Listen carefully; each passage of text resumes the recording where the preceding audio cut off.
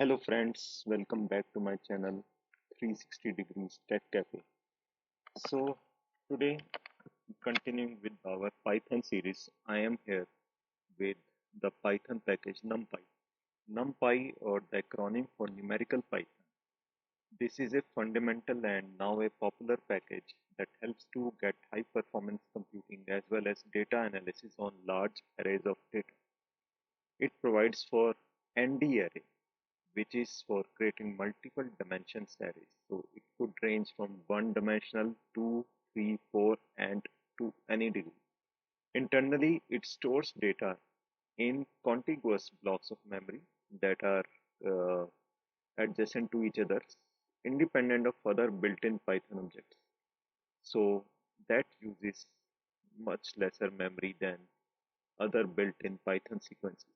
So coming to how we use this, I would start with a simple example where we create a NumPy array by passing a random list, and let's see how it works. So I have already typed out. As you can see, the first command is we need to import the package. So the package name is NumPy, and we keep an alias for it, which is np. So we write import NumPy as np. Then we define a list, which is list1. So what all the list1 contains? It has random number of elements. So we are passing numerical digits 10, 40, 90, and 100. Then what we do is we pass this list as an array, or rather a NumPy array, to a variable a. In the next step, what we do, we print this array a with a message. And just notice we use these uh, brackets, what we say, not round, these are not round brackets. So we have these special shape brackets. I just forgot the name for them, for specifying that this is a NumPy array. Okay, so let's execute this one and see what is the output. So we will select this all and then we click on run, and we are using Google Colab as we have used before. Okay, so here we get the output. We can see the output is the NumPy array for the past list, which contains the elements 10, 40, 90, 100. You can see like this. Okay, so this was just a very simple example. Let's further see how this can be used. So let me just copy from here, copy and run it.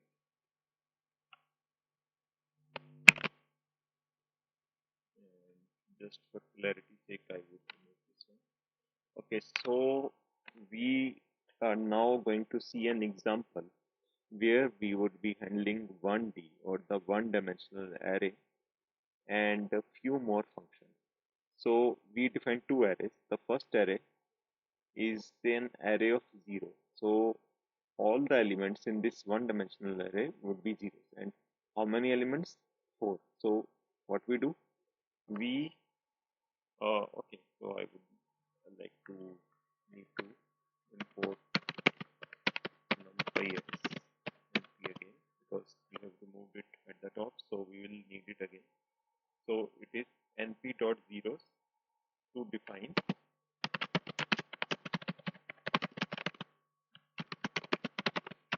0.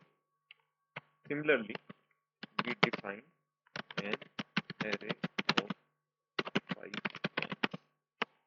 So we give np dot ones 5. Now in the next step, we want to print a and b. So we print a with a the new line, and again we need a gap, and we then need to print array b. Then we print the rank and shape. Okay, so the rank is how many dimensions it is. So it would be one for one dimension, two for two dimension, and so on. And the shape. So shape is would be like whether it has four elements, five elements, or so on for one dimensional, and for 2 by 2 matrix arrays or further, they would have all the dimensions. So suppose going forward, we would see something like 2 by 2 matrix. So the shape would be 2 comma 2. But today we are just going to cover the 1D matrix. So we would just focus on that. And let's execute this one and see what is the output. So I will run this. So you can see array A is listed as below. So we have 0, 0, 0, 0, and we gave np.zeros 4.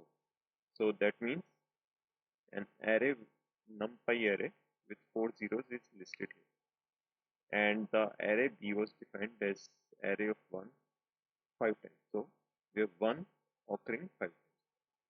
Now what is the rank of array A? It is 1 and shape is 4 comma. Now suppose we also want to know what is the rank and shape of array B. So we just copy this one, and now instead of A we pass in B. Uh,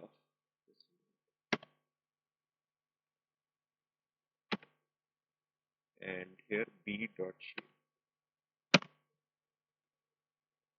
So now we can, okay, what we can do, we can just comment this one because we have already seen the output. I will run this. So let's see the output. So array A is listed and array B is listed. The rank of array B is 1. So why is it 1? Because it is a one dimensional array and shape is 5 comma. And why we not see any number after comma? It is because it is a one dimensional array.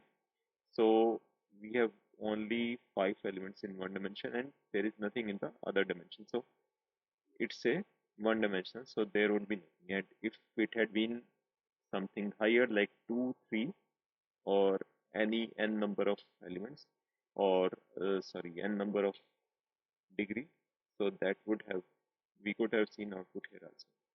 So this is pretty much what I wanted to cover to start with NumPy. It is going to be slightly bigger topic, so I thought of breaking it into parts. This is the part 1. I would be coming with part 2 and probably more. In part 2, I would be covering two-dimensional array and some other operations that we can do with such arrays of the NumPy arrays, and we can try to see like how efficiently we can do uh, operations that would otherwise, maybe if we use list or other normal arrays, so that could be more lengthy code could be involved, and with NumPy we can do it more efficiently in lesser code. So that would take some time, and hopefully you would get to learn more and more of NumPy. And as you progress, you would also be covering other APIs or the Python packages, which hopefully you will find useful in the projects you are doing or in your Python studies. So for today, I would just stop at this point. I would like you to go through this video and share your comments. And if you like this video, just give a click the like button and share with your friends or whoever you want you collaborate with technically. Okay, so signing off as of now. Bye bye. Have a nice day.